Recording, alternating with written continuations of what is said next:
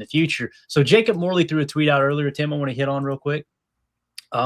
Just talking about the Green Bay Packers, where they rank offensively. You guys know I always talk about points per play, right? And points per play, the Packers have sank right now. They've sank to 17th in the league. Okay. Now, again, why is that? When you go out there and you only put up 3 points in a ball game, it's gonna skew that number pretty dramatically. But I'm glad it does, because there never should be a game where you only score 3 points, right? However, here's what Jacob Morley pointed out. The Green Bay Packers offense ranks in the top 10 in the NFL in the following categories this season. Okay. Passing yards per game at 237.4. Passing yards per play, they are 7th at 7.47. They're not in passing yards per game. So not in 7th in the passing game. Interception rate, 1.05. That's 5th best in the league. So the interceptions have been cut way down this year.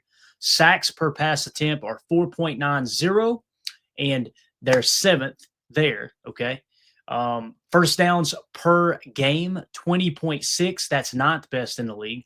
Third down percentage, 47.7% completion or conversion, I should say, rate there in terms of third down percentage. They're first in the league on third downs. Okay. Goal-to-goal percentage, 93.33. That's 5th best in the league. Giveaways, they've only got 7 giveaways this year, Tim. That's 6th best in the league.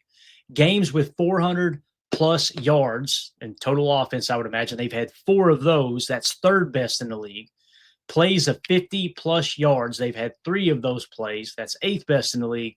And 20 plus yard completions, they've hit on 33 of what we call explosive passing plays. 33 of them. That's 6th best in the league.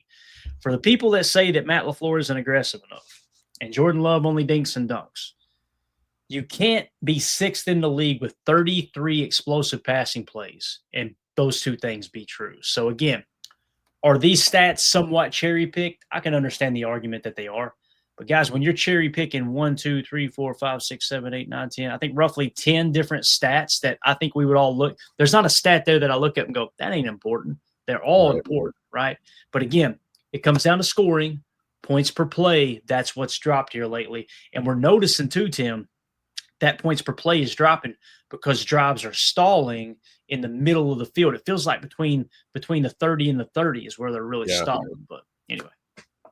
I'm with Jarrell Lee here in the comment. We'll be just fine. Go Pack, go. I think it's well said.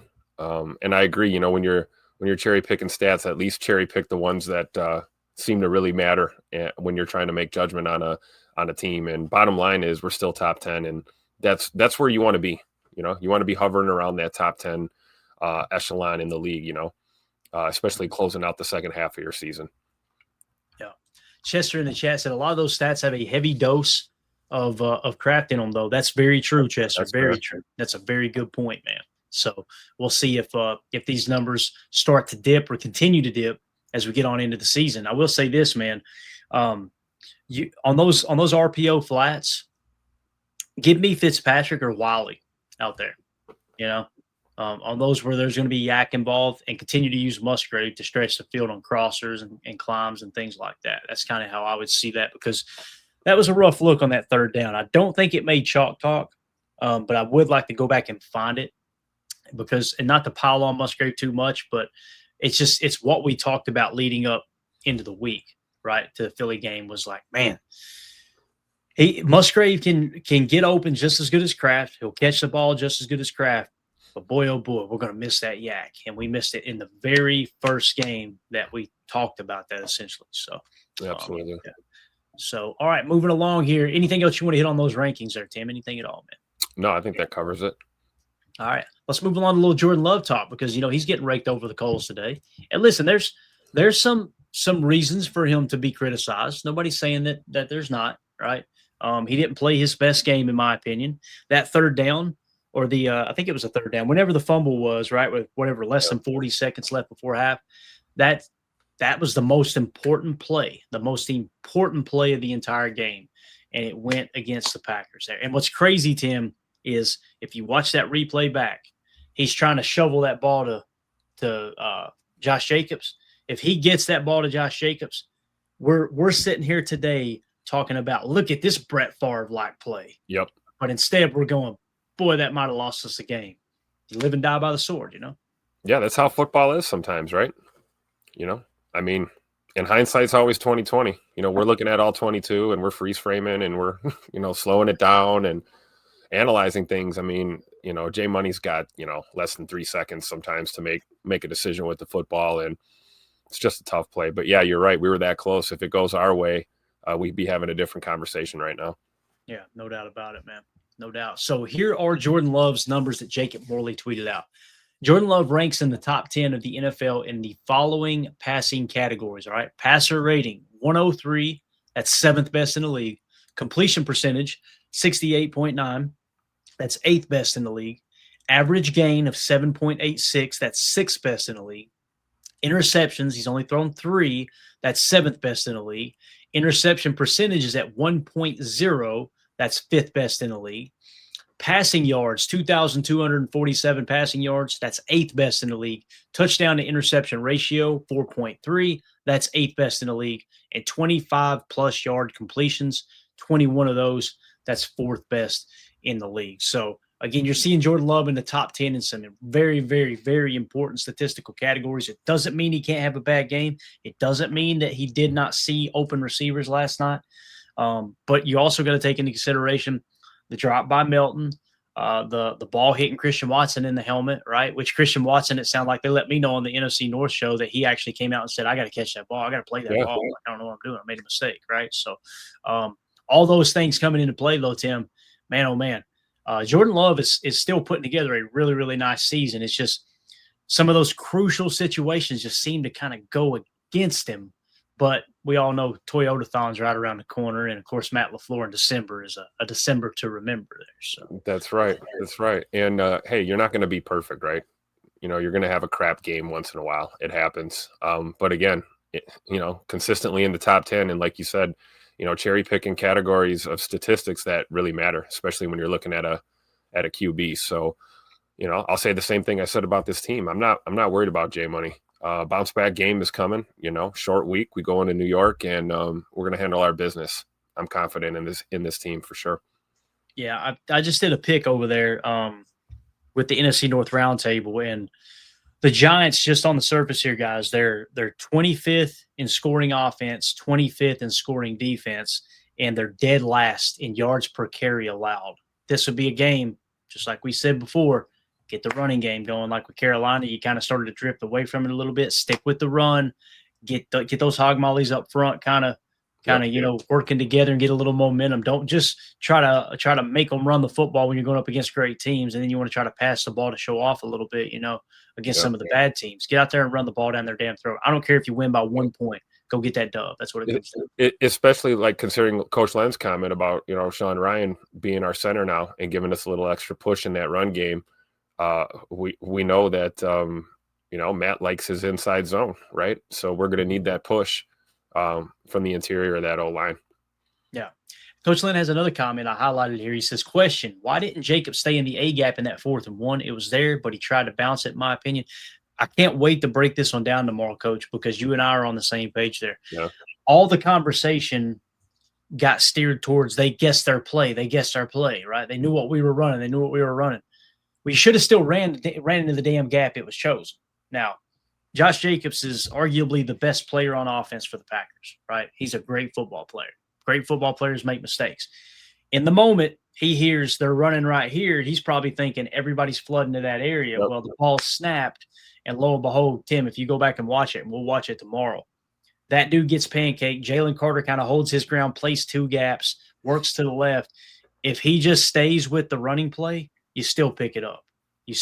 So it's tough. Coach, we've seen that the same way. I'm eager to put it on tape tomorrow for Chalk Talk and get Tim and Emilio and Jacob's take on that too, because that's exactly how I seen it as well.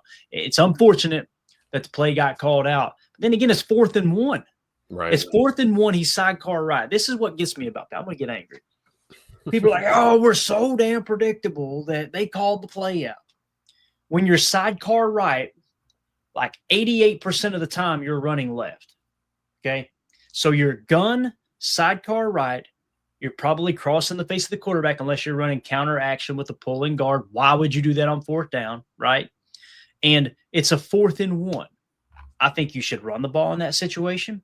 I think the play call was the correct play. You know why? Because like Coach Lynn said, it was there. We'll show you tomorrow on the tape. You can go watch it yourself. You'll see. You'll go, oh, damn, if he'd have stayed, because it was designed A gap left, A to B left. It's inside zone left. Right. I could see him bouncing it another gap inside maybe, but to bounce it out, yeah, it's tough. So with all that being said, them calling that out, everybody's acting like the damn Eagles defense was Socrates or something. Like, no, we know when it's sidecar right, it's going to be A to B left unless you go strict outside zone. Why would you do that in a 4th and 1 situation? So again, it's just funny how people pile onto that stuff and pretend like, wow, he's so predictable. Now, it's a 4th and 1. I know this. For all the people that are pissed off they ran football on 4th and 1 and got stuff there because Josh Jacobs cut it back across the green, back across in the opposite direction of where the play. You can even see the offensive line on that side's looking up like Sean Ryan blows a dude up and he looks back like, what the hell's the play at? You know? Oh, Clayton, they're not pissed because we ran. They're pissed because we ran out of shotgun. Yeah. Oh, it's hilarious. So anyway, you think I can hear Ryan Slip right now fuming into his microphone if he's watching. If you think you're mad that we ran on 4th and short, you don't want to hear me if we'd have passed on 4th and short with the game on. I would have lost my damn mind. So it's going to be interesting though, man. It's going to be interesting. Coach Lynn says, I think Jacobs knows it from how he answered the question after the game. I don't, and I didn't hear all of them, and I don't know when the comments were made. But to me, and I'm just going to say this, it kind of felt like Josh Jacobs was a little defensive. But he's like, it was almost, to me, the comment I heard him say, and that might have been immediately following the game, I don't know. It was almost like he was saying, like, he was given a reason why I cut it back because they called the play out, you know. And I got to be honest with you, I love Josh Jacobs. I love him. But that pisses me off a little bit. You keep that mouth shut. Because when you make that comment, guess what happens? Everybody piles on. And now it's, well, see, we're predictable. We're this, we're that. Play the football game. Play it hard. Run your assignment. And if it don't work, it's on the coaches. When you try to make chicken salad out of chicken poopy, sometimes you end up making the play worse. And it is what it is. So, yeah. And J. Cole says he panicked. I would have panicked too. You see Jalen Carter lately? I would have panicked too, right? That's what Jacobs was talking about. You know, he made a comment, I'm paraphrasing, not quoting, but changing the way I run the football or something, you know, that had an impact on, you know, how he was running the football. And yeah, you're right. You're trying to, you know, you're trying to freestyle and make a play for your team because you're playing chess out there. And, you know, you backfired, made a wrong decision. It was just like Jordan trying the shovel pass and it's a fumble, you know, it goes either way. Right. Right. Exactly. So, and as Coach Lynn says, Jacobs is still my guy. Same here, Bob. Man, that's right. That dude, he's the heart of this. That's the heart of this offense for sure is Josh Jacobs. No doubt about it. All right. So there you go, guys. There's the numbers on Jordan Love. And like I said, this Packers offense. Let us know in the comments what you think about those rankings. Is there a specific statistic that you like better than some of the ones that we cover for both Jordan Love and the offense? Comment. Let us know what you think. Also, hit subscribe. Click that bell icon so you're notified when we go live here in the future. Tim, we're going to hit